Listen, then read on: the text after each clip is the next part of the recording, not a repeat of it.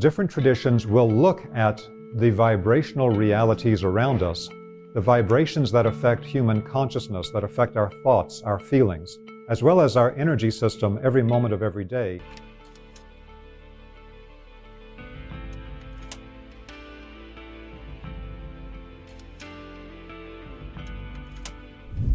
In ancient Egypt, they understood that they were constantly interacting with conscious forces of nature, and they termed these conscious forces of nature the netters. Netter is a foundation for our modern English term, nature. And when you read these texts from the old Egyptian hieroglyphs translated into English, they will often use the term God or goddess when they are translating the term netter. This can lose something in the translation, because again, the Egyptians understood they were interacting with conscious forces of nature, and they understood how to have a communication code.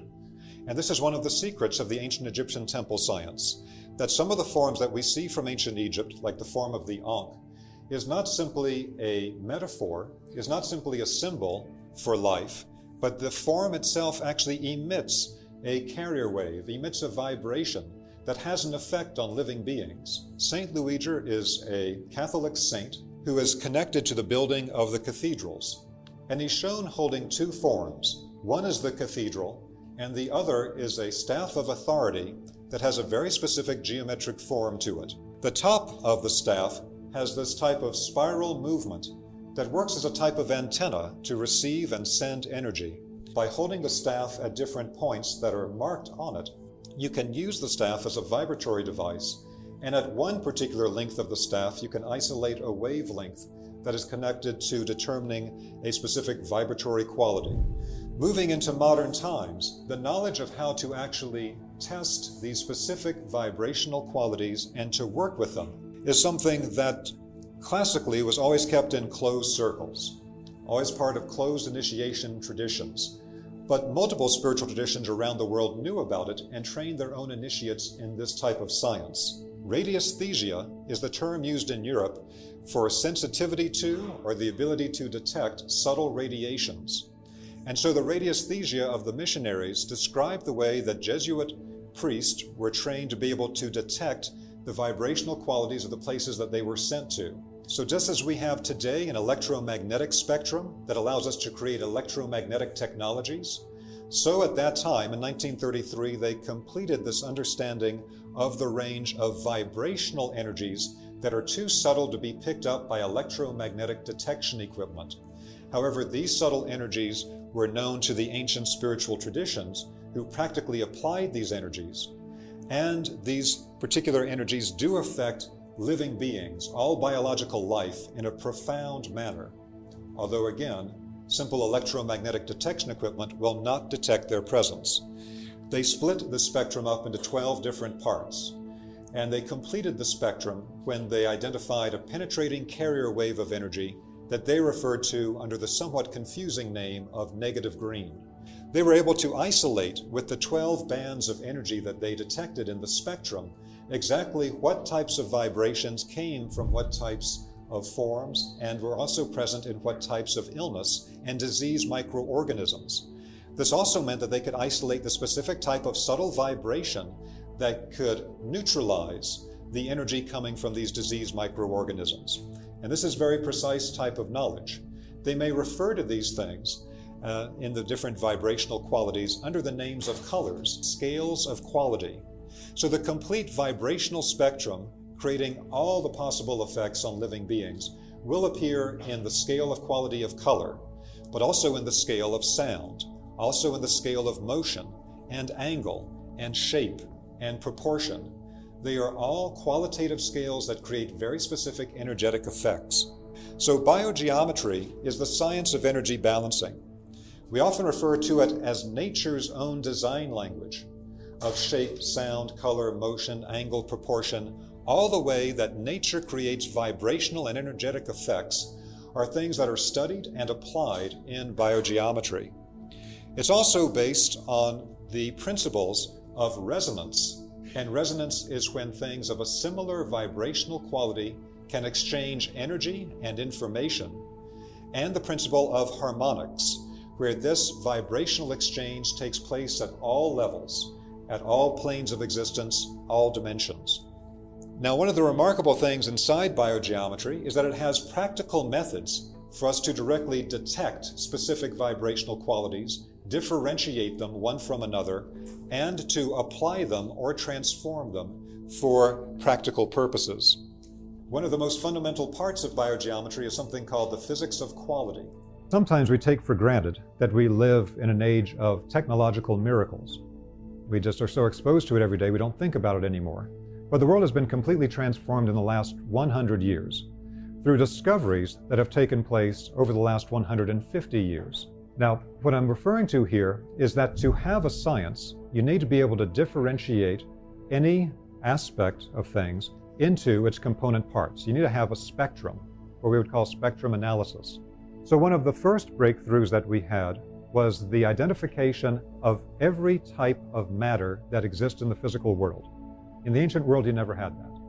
So we live in a material world, but we didn't know what all the different pieces of matter were until the latter part of the 1800s with the identification of the periodic table of elements.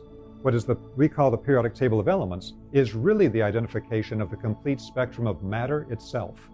Now we can be fully conscious of everything that makes up the physical world. That opened up everything in material science for all of our modern technology. But here's the problem, that when we have the mastery of the electromagnetic spectrum and of the spectrum of matter, the periodic table, all of our technology today is based on how we stick this electromagnetic energy into specific pieces of physical matter, into silicon doped with germanium or whatever it might be, to hold a specific frequency. But what they ignore is, what about the next level up? We should be aware that every major spiritual tradition on the planet, every traditional culture until about 300 years ago, all over the world, always focused their healing on the vital life force. That's true in every culture. It's only a very modern development to focus only on the physical body and claim there is no vital life force. So since we looked at only the sub-physical and the physical for our modern technology, there was absolutely zero consideration given to the fact that these types of vibrations created by this technology are going to affect the vital life force level. So that vital life force level has got to come in to a new, more expanded scientific form of understanding. And again, we tend to try to understand it today through the number prism of the 3 gunas in Ayurveda, through the 5 elements of Chinese medicine, etc. But again, we can expand that into a spectrum that would include all of this phenomena together. One of the major researchers was a radio wave engineer named Louis Turin.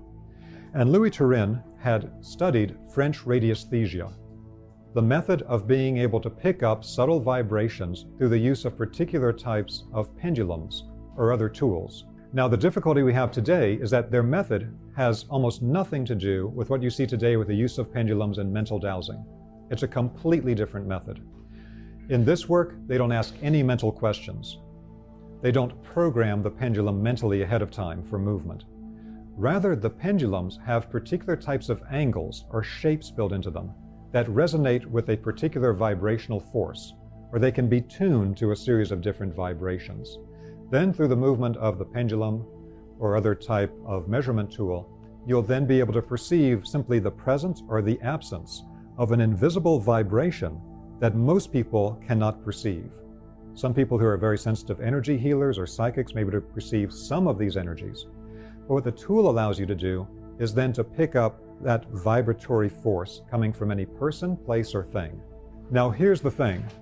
These 12 vibrations that make up the complete spectrum of subtle energy, the exact same way that the electromagnetic spectrum shows the complete spectrum of electromagnetic energy, these energies were described for simplicity by the French in terms of colors. Because all of these subtle vibrations, they may be completely invisible, or that vibration can appear in any quality scale. What do I mean by a quality scale? A quality scale is shape, or sound, or movement, or angle, or color, or proportion. All of these are qualities. There are healers who use only light and color. There are healers who use only sound. There's healers that use only angles. There are healers that use only numbers. All of these are quality scales to express the complete spectrum of vibrational forces. In the French work, when you look at this particular spectrum, again, bear in mind that though it's expressed as color, color is only one way that invisible vibration could manifest.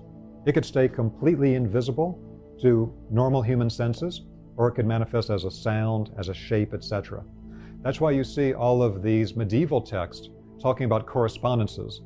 This sound equals this color, which equals this shape, which equals this string length, etc. In the French work, they talked about the way that the 12 vibrations will form around the boundary of objects. You can actually test them there directly. And then certain people, places, things, shapes, would manifest a very specific vibration. They called it the shape-caused wave. It's a vibratory wave that comes from a shape. One of the three energies is what he called the higher harmonic of gold. This is the exact same vibratory energy as what you see around the heads or the bodies of the saints in every tradition. It's not a metaphor. It's an actual vibrational force. There are ways this can be engineered and activated, and they use this all the time in the ancient world. So the French in their work in the 1930s identified the way that the 12 bands of vibration that they had detected, which are all of the polarized energies in the world, all the things that create one specific power,